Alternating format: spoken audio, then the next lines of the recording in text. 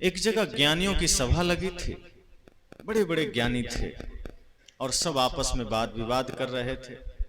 मैं कहा ना, जब ज्ञान आचरण में न उतरे तो विवाद का कारण बन जाता है।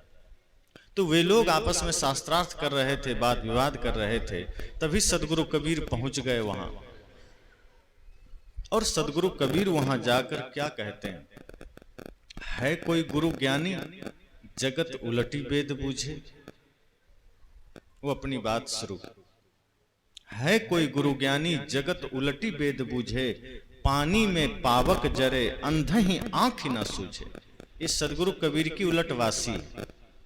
सब कुछ सुनने में उल्टा लगेगा, ये तो उल्टी बात है, पर इसका अर्थ बड़ा सीधा है। साहब ने कहा, है कोई गुरु ज्ञानी जगत उलटी वेद बूझे, पानी में पावक बरे अंधही आंख न सूझे।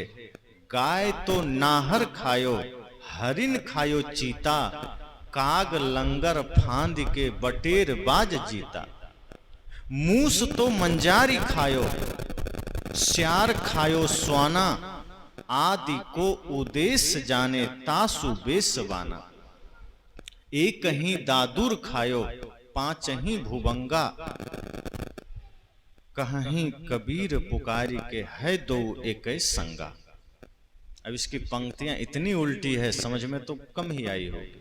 साहब सभा में पहुंचे, कहे कोई गुरु ज्ञानी है यहाँ, कोई विवेकवान है, कोई श्रेष्ठ ज्ञानी है, कोई विचारवान है, कोई विवेकी है। लोगों ने कहा क्या हुआ? साहब ने कहा, जगत उलटी वेद बूझे। कहा वेद को समझना है, ज्ञान को समझना है, लेकिन ऐसे नहीं समझ पाओगे। ज्ञान को समझने के लिए जगत से थोड़ा उलटना पड़ेगा, विपरीत होना पड़ेगा। जगत संसार की मानसिकता लेकर आप ज्ञान को नहीं बूझ सकते। वेद को समझना हो तो सांसारिक दृष्टि का त्याग करना पड़ेगा। जो हमारी मानसिकता है, जिसमें संसार भरा हुआ है, साहब कहते हैं उस मानसिकता का त्याग करना पड़ेगा। अभी जो हमारी दृष्टि बहिर्मुख है, उस दृष्टि को अंतर्मुख करना पड़ेगा। और जब हम अंतर्मुख होंगे तब वेद समझ में आएगा, तो ज्ञान समझ में आएगा। और जब तक अंतर्मुख नहीं होते हैं, जब तक हम बाहर अपनी दृष्टि रखे हुए हैं, जब तक हम जगत में भ्रमित हो रहे हैं, मायावी संसार में जब तक हमारा चित्त, हमारी चेतना उलझ रही है, तब तक हम सत्य को, ज्ञान को समझ नहीं पाएंगे। साहब ने कहा, और यदि आप जगत से विपरीत नहीं हो पाए, अगर आप जगत की ही धारा में बहते रहे, तो ज्ञान कभी समझ में नहीं आएगा, क्योंकि जगत ही जगत दिखेगा। जैसे आप समुद्र किनारे जाते हैं, तो समुद्र के तरफ आप मुख करके खड़े हो जाइए, तो आगे आपको विशालतम समुद्र नजर आता है, कहीं थल नजर नहीं आता, सिवाय जल के कुछ नजर ही नहीं आता। लेकिन तभी आप अपनी पीठ समुद्र की तरफ कर दीजिए और मुख थल जमीन की तरफ कर दीजिए, फिर आपको सिर्फ जल, थल ही थल नजर आता है, वहां कोई समुद्र नजर नहीं आता। जब तक हम अपनी दृष्टि संसार की ओर कर रखें, जब तक हम अपना मुख माया की ओर कर रखे हैं, तब तक ज्ञान नजर नहीं आएगा, तब तक भक्ति नजर नहीं आएगी, क्योंकि एक दूसरे के विपरीत हैं ये। हमारा मन, हमारा मस्तिष्क जब तक जगत में रचा हुआ है, संसार में रचा हुआ है, ज्ञान से हम परे होंगे, ज्ञान से अलग होंगे। साहब ने कहा, शर्त यह है कि आपको ज्ञान की ओर लौटना होगा, जगत की ओर पीठ करना होगा। अगर ज्ञान को समझना है तो संसार के तरफ अपना पीठ कर दो। अभी आप संसार के तरफ पीठ नहीं किए और समझते हैं कि हम जगत की ओर मुख करते करते मोक्ष पा लेंगे, पर ऐसा नहीं होगा। शब्दों से मोक्ष नहीं मिलेगा।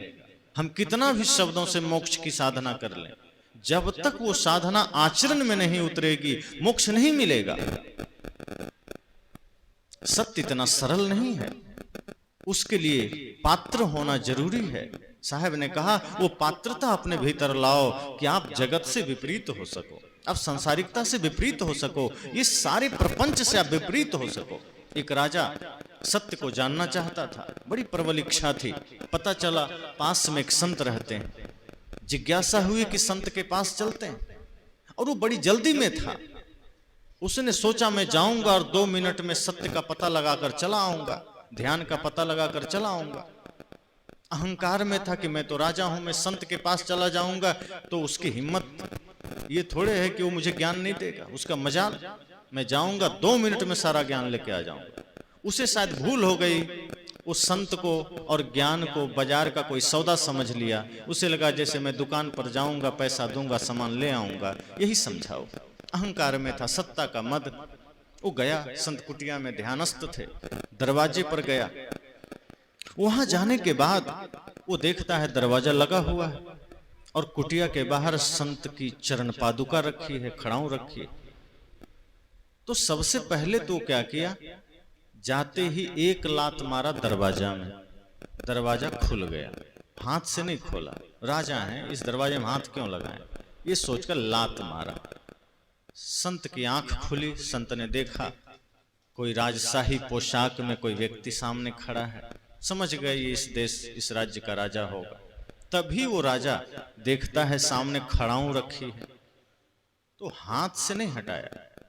जैसे फुटबॉल में पैर मारते हैं वैसे खड़ाऊ में इधर से पैर मारा, इधर से उड़ ठोकर लग के उधर चली गई और अंदर घुसा और कहा संत जी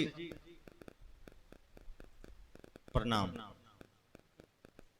सत्य का ज्ञान दीजिए हमको। संत ने कहा बड़ी जल्दी में हो।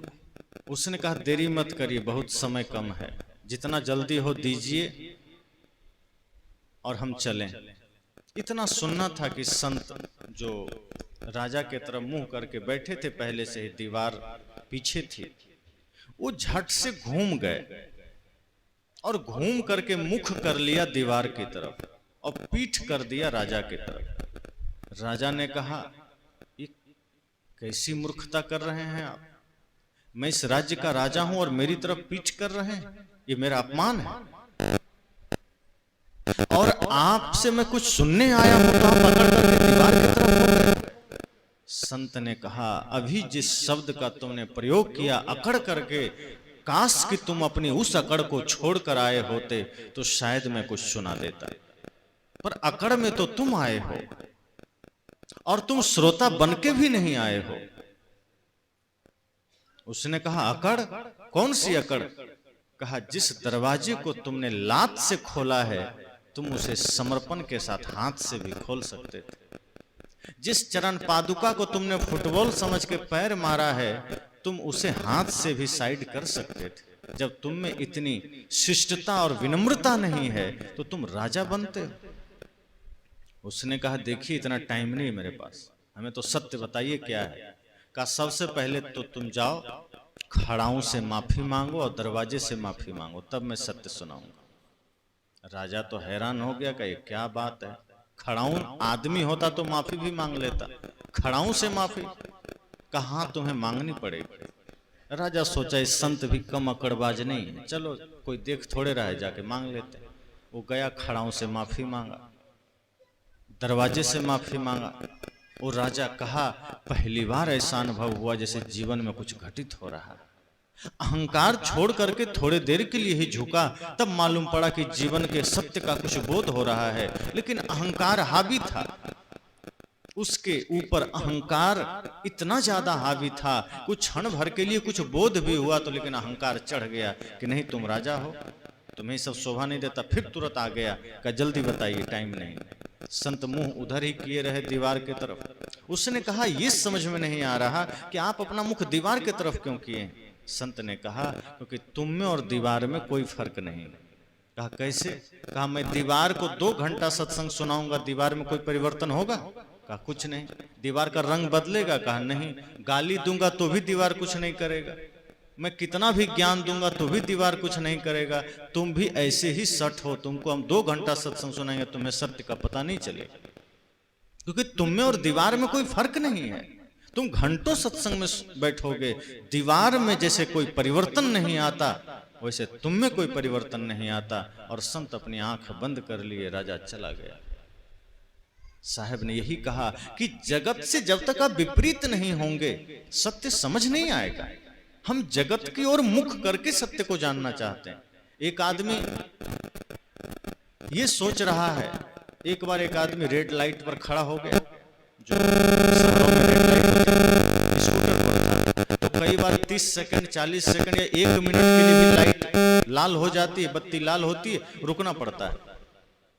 मेरे साथ की बात है, वो आदमी फोन लगा दिया मुझे, फोन किया, कहा गुरुजी मोक्ष कैसे मिलेगा। मैंने कहा अभी आप कहाँ हैं, आवाज आ रही, कहा अभी रेड लाइट पर खड़े हैं, 1 मिनट के लिए गाड़ी रुकी, मैं सोचा आपसे कुछ पूछ लूं। मैं कहा जब आप घर में होते हैं समय नहीं मिलता। मैं कहा आप रेड लाइट पर खड़े होकर स्कूटर में बैठ करके मुक्ति का ज्ञान चाहते हैं, इतना सस्ता मुक्ति समझ लिया आपने। मैं फोन काट दिया। बाद में फिर स्थिर होकर उसने फोन किया।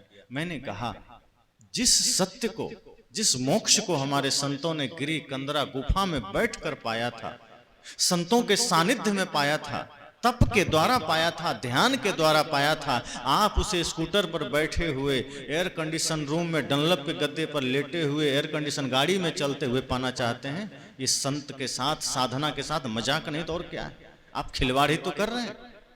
दुनिया की चीजें आपको मिल सकती है इस तरह से, लेकिन सत्य को पाने के लिए तो यही तो विलासिता छोड़नी पड़ती है। अगर सब कुछ मिल सकता था तो बुद्ध घर न छोड़े होते, सब कुछ मिल सकता था तो महावीर गृह त्याग न किए होते, मीराबाई महलों का त्याग न करती। क्या कमी थी उनके पास? अगर वैभव से ही सत्य मिलता, विलासिता से ही सत्य मिलता तो मीराबाई महलों का त्याग न करती, और राम जी गुरुकुल न जाते, कृष्ण गुरुकुल न जाते। उस सत्य को उद्घाटित करने के लिए सारे राजसी ठाठ बाट, सारे विलासी जीवन का त्याग करना पड़ता है, उस तपस्वी का जीवन धारण करना पड़ता है। साहब ने कहा तुम जगत से जब तक विपरीत नहीं होगे सत्य पता नहीं चलेगा। जगत उलटी वेद बूझे, तुम सोचते हो घर बैठे वेद पढ़ लें, वेद समझ में आ जाएगा। नहीं, इतना सरल नहीं है। ज्ञान समझने के लिए आप कहीं रहिए, मन को जगत से विपरीत कर लीजिए। उस शरीर को विपरीत करना नहीं कहते। साहब ने ये नहीं कहा कि तुम गृह त्याग करके तुम भी जंगल चले जाओ।